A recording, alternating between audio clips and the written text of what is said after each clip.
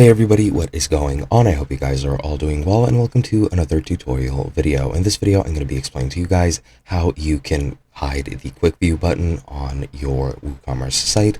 So let's get right into it.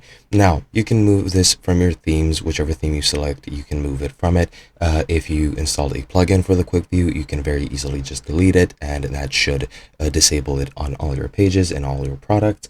However, if you don't use a plugin and you use a theme which has it, then you're going to need to do a bit different things.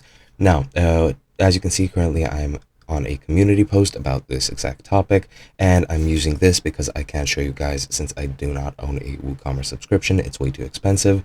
So I'm going to be using this and going through the answers some people gave and what worked for them. And usually it just involves a little bit of coding. It's just a couple of lines of code in HTML or CSS, rather in CSS specifically. So let's just go over it and see what they've done, and it should be of help. Now, what you can see here is, as you can see, this person outlined that you can use custom coding or custom CSS to make a display none for the quick view icon or button, depending on what it is.